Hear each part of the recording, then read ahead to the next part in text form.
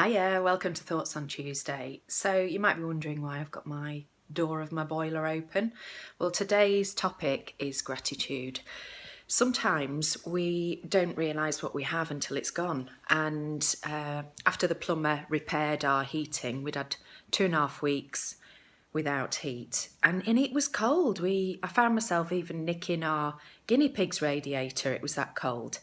And as the plumber was leaving, I said, gosh, aren't we lucky just to have central heating? What about those poor people that don't have heating or are, sleeping rough on the streets?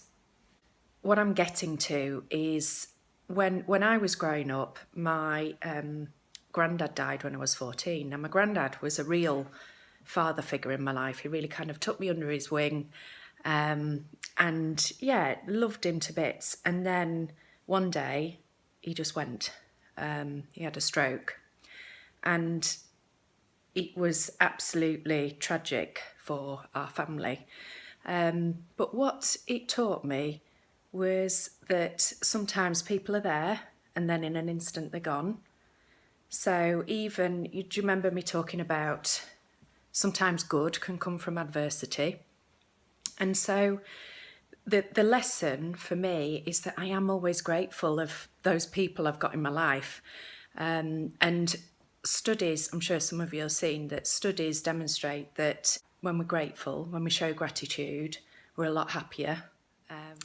So what are the things that you're grateful for in life? And it can be often the simplest of things, the tiniest of things. Like at the minute, I'm really absolutely trying to suck up every moment I've got with my daughter. She's at that in-between age. She's growing up fast. The other day she got decided she wanted sports gear as opposed to mummy choosing a clothes for her.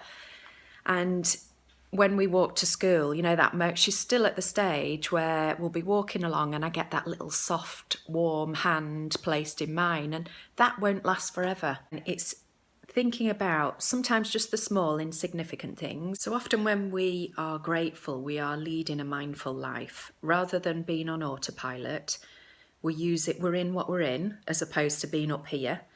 And so a good way to appreciate life and to appreciate what you're in is to use your senses. So take, for example, if you're going out for a walk, what am I really seeing?